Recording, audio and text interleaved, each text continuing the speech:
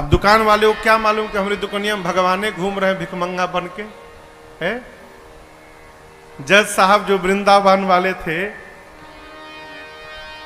वो क्यों विरक्त हो गए? पत्नी ने कहा कि अरे भाई चलो, एक एक केवट की गवाही देने के लिए भगवान गवाह बन के चले गए थे कोर्ट में।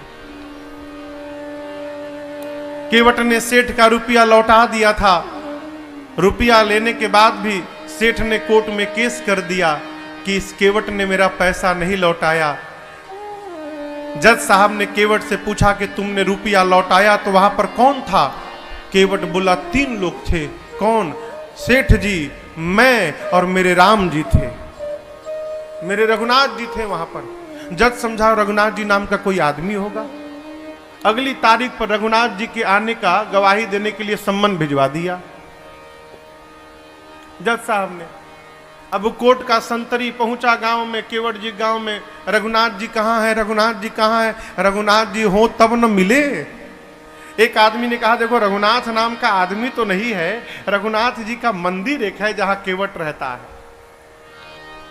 मंदिर के बाहर पुजारी जी बैठे थे। संतरी ने पूछा कि रघुनाथ यहीं रहता है क्या? पुजारी जी बोले हाँ भीतर रहते हैं। ये पकड़ो, उसके नाम का संबंध है, इतने तारीख को गवाही देने पहुंचेगा कोर्ट में। अब पंडित जी सोचे जब भगवान गवाह बनने के लिए तैयारे हो गए हैं तो हम कौन होते हैं बीच में रोकने वाले। पंडित जी सम्मन ले लिए और ले जाकर ठाकुर जी के चरणों में रखकर बोले प्रभु आज तक आपके लिए मिठाई आया, आज तक आपके लिए आभूषण आए, आज तक आपके लिए वस्त्र आया, पहली बार प्रभु आपके नाम का कोर्ट से सम्मन आया है। और बहुत विश्वास करके उस केवट ने जज के सामने आपका नाम लिया होगा प्रभु, उसका विश्वास टूटने मत दीजिएगा। जिस दिन तारीख थी ना उस दिन पंडित जी सबसे सुंदर कपड़ा ठाकुर जी को पहनाए। क्यों? आज ठाकुर जी कोर्ट में पहुंचेंगे तो भगवान सुंदर लगने चाहिए। भगवान फटा पुराना कपड़ा पहने, लाठी पकड़े, बूढ़ा स्वरूप बना के हाथ ऊपर करके हम ही रघुनाथ है पहुंच गए।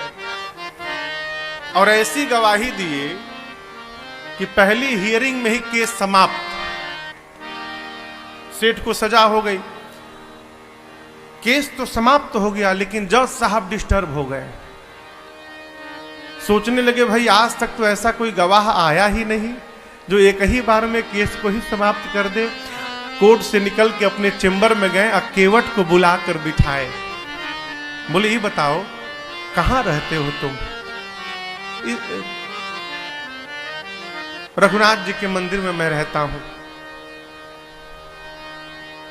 तो जज साहब बोले कि जो रघुनाथ आए थे? बोले जी जी। तो उनको लगा कि वो मंदिर बनवाए होंगे। तो जज साहब बोले लेकिन तो गरीब लग रहे थे और लग नहीं रहा था कि वो मंदिर बनवाए होंगे।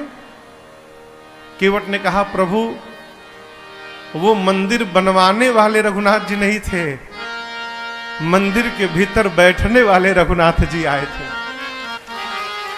जज की मति हरा गई हो, कांपने लगा। संतरी को बुलाकर बोला सही सही बताना तुमने किसको सम्मन दिया था? बोला सर माफ करिएगा सर, रघुनाथ नाम का आदमी नहीं मिला, रघुनाथ जी का मंदिर था, मंदिर में पुजारी जी को देके चला आया था मैं। तो जो आए थे वही पुजारी, नहीं पुजारी जी ये नहीं थे, दूसरे थे।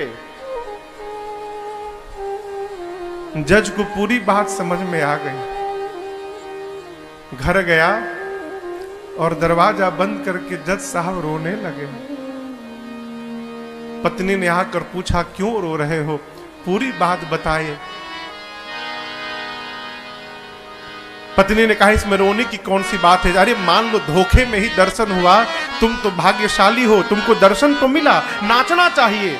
बोले इसलिए नहीं रो रहा हूं कि राम जी चले गए, इसलिए नहीं रो रहा हूं, मैं इसलिए रो रहा हूं अरे कुर्सी पे बना जज मैं बैठा रहा,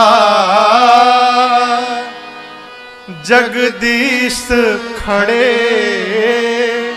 समझाते रहे।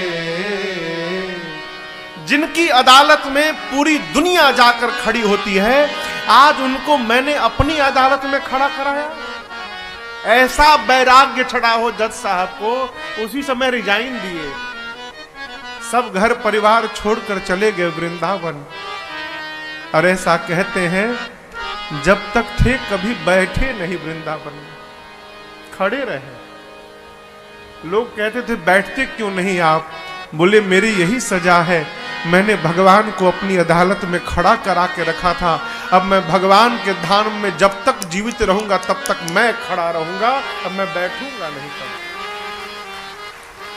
भगवान किसी रूप में आ सकते हैं माई बाप, आपकी आस्था वैसी होनी चाहिए।